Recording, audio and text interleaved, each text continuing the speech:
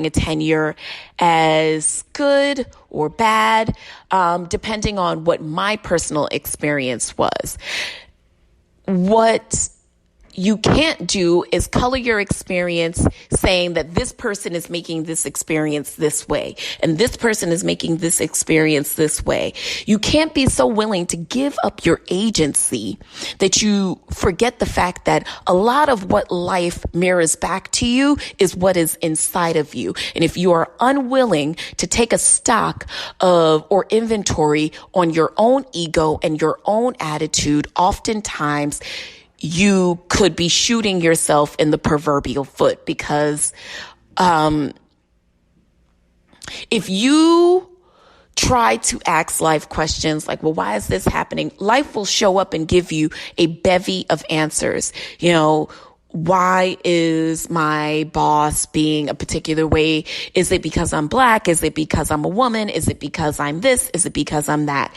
Why is it that this person is treating me this way? And you can find life will answer back with a litany of supposed answers. You were born on the wrong day. It's because you two have juxtaposing signs in your horoscope. It could be anything. But what I realize is I own a lot of what experiences, you know, at the age that I am now, I realize that I own a lot of what, a particular, the energy that or the frequency that I receive or that I'm vibrating on, you know, I can pick up a frequency from someone that feels like something may be off or whatever the case is. And, you know, I can't do anything about that. But what I can do is the way that I choose to view it. You know, I could, you know, let my ego get the best of me and say that you're doing it because of something that happened with me or the way that you see me or whatever the case is. Or I could choose to see it as your behavior, your business. You know what I mean? Like your behavior, the way that you interpret a situation, all of that stuff doesn't come into play until you make it somebody else's business. And even when you are expelling acts of passive aggression, again, that's not making it somebody's business. That's making it somebody's problem. So, you know, if I could hearken you to anything as you go into the work week, I would say definitely pay attention to, you know, what is the balance of what you're bringing to the table? Is it, and even when it comes to people that you even may manage, you know, getting the understanding of whether or not you're having to manage someone's personalities or projects is hard sometimes. And it is a delicate balance because some days will be heavily weighted on one side more so than the other.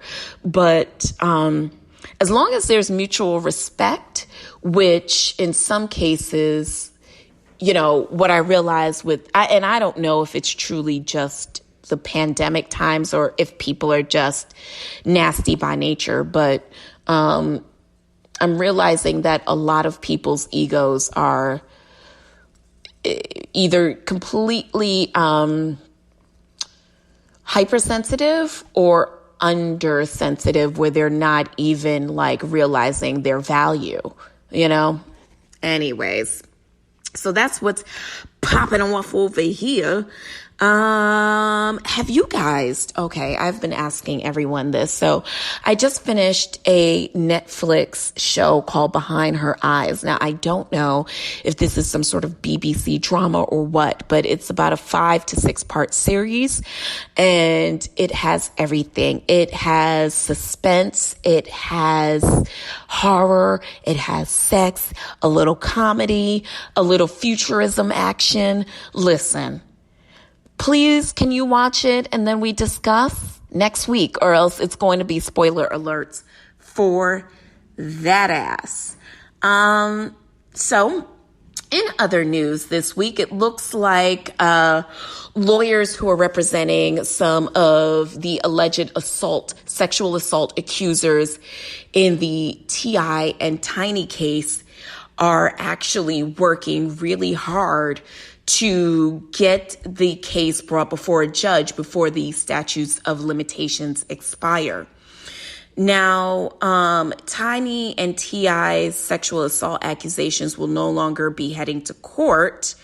However, seems to be, as I mentioned, a little twist in that. Now, the New York Times ran a report basically saying that the lawyer for some of the accusers, lawyer Tyrone Blackburn, sent a letter to state prosecutors in California and in Georgia with accusations from 4 women who claimed that they were drugged or sexually assaulted in both states. Now, none of the women involved know one another, but they described sexual abuse and forced ingestions of illegal narcotics, kidnapping, terroristic threats, and false imprisonment situations against T.I. and Tiny, respectively, to this lawyer. Now, the lawyer says that his clients are prepared to speak with investigators and prosecutors, but are running up against a statute of limitations in certain instances. Now, both T.I. and Tiny have since denied accusations against them. I don't know how old these cases are, but one of the things that I've always found alarming is that there is a statute of limitations against sexual assault cases. Because honestly, if you have ever been a sexual assault, whether it has been in your childhood or in your adult life, you know that there is, and I can speak of this because I have been, at least as a child. And what I can say is, regardless of your age, I feel like there is a certain level of shame for victims that oftentimes limit how forthright and forthcoming you are about having dealt with sexual assault, sexual violation of any kind. And I imagine that when I've never experienced it as an adult, but I imagine that depending on the situation, whether it was work or date or whatever the context of the situation is, even then, if you are dealing with someone who is a person of power and wealth, like T.I. and Tiny are. Now, I don't know anything about them personally. I don't watch their show, so I don't have the same kind of a kinship to T.I. and Tiny and let me say this, I have watched their show in the past.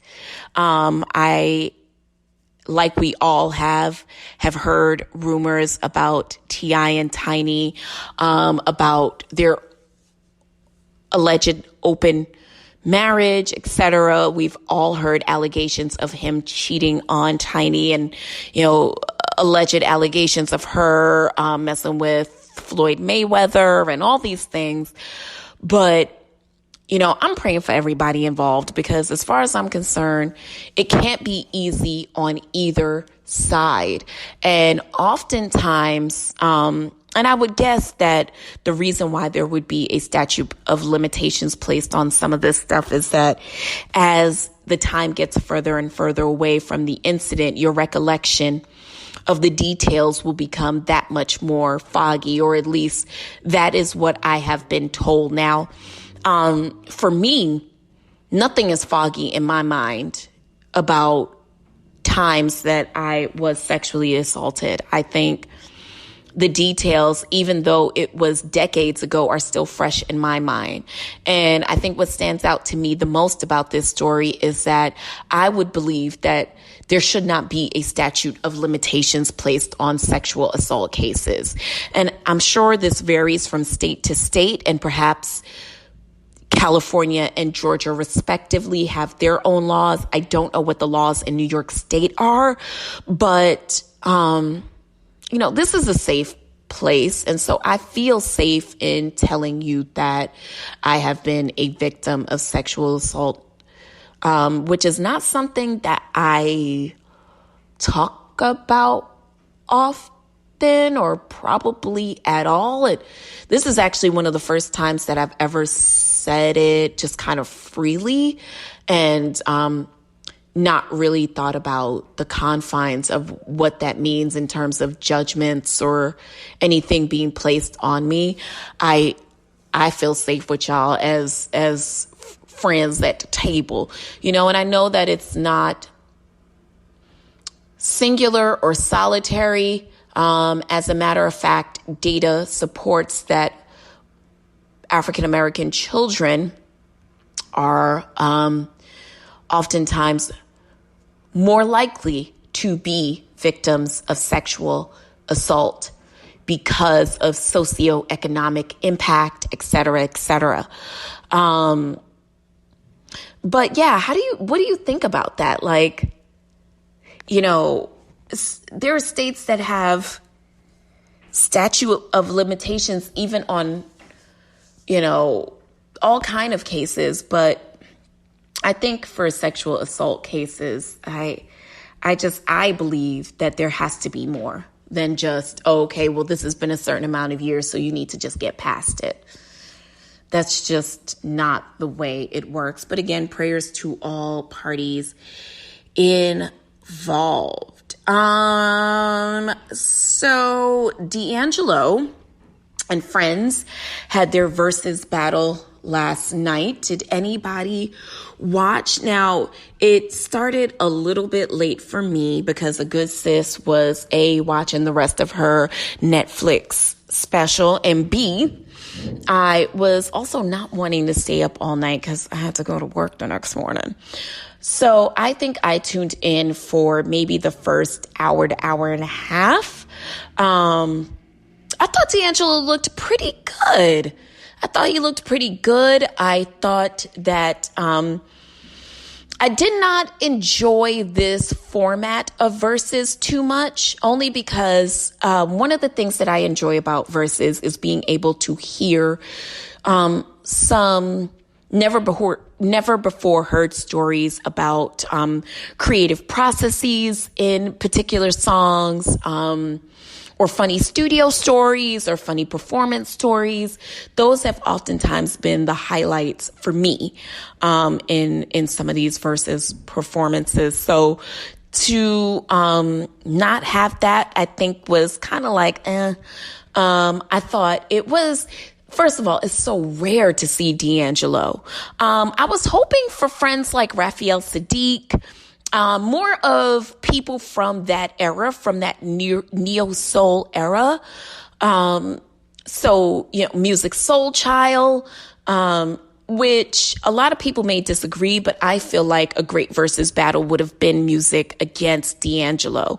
Just my opinion. I don't know what Music Soul Child is doing right now, but yeah, definitely, my opinion. I think that it would have been great to see people like Neo, people like Music, people like,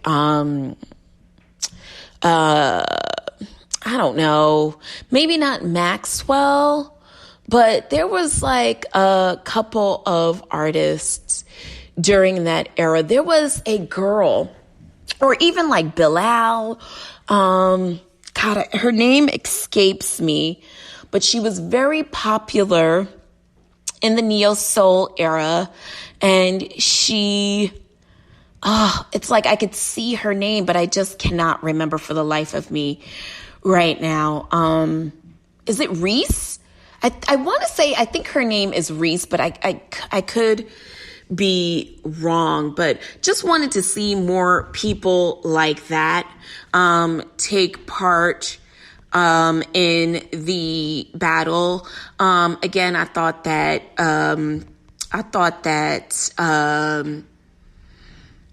he looked great.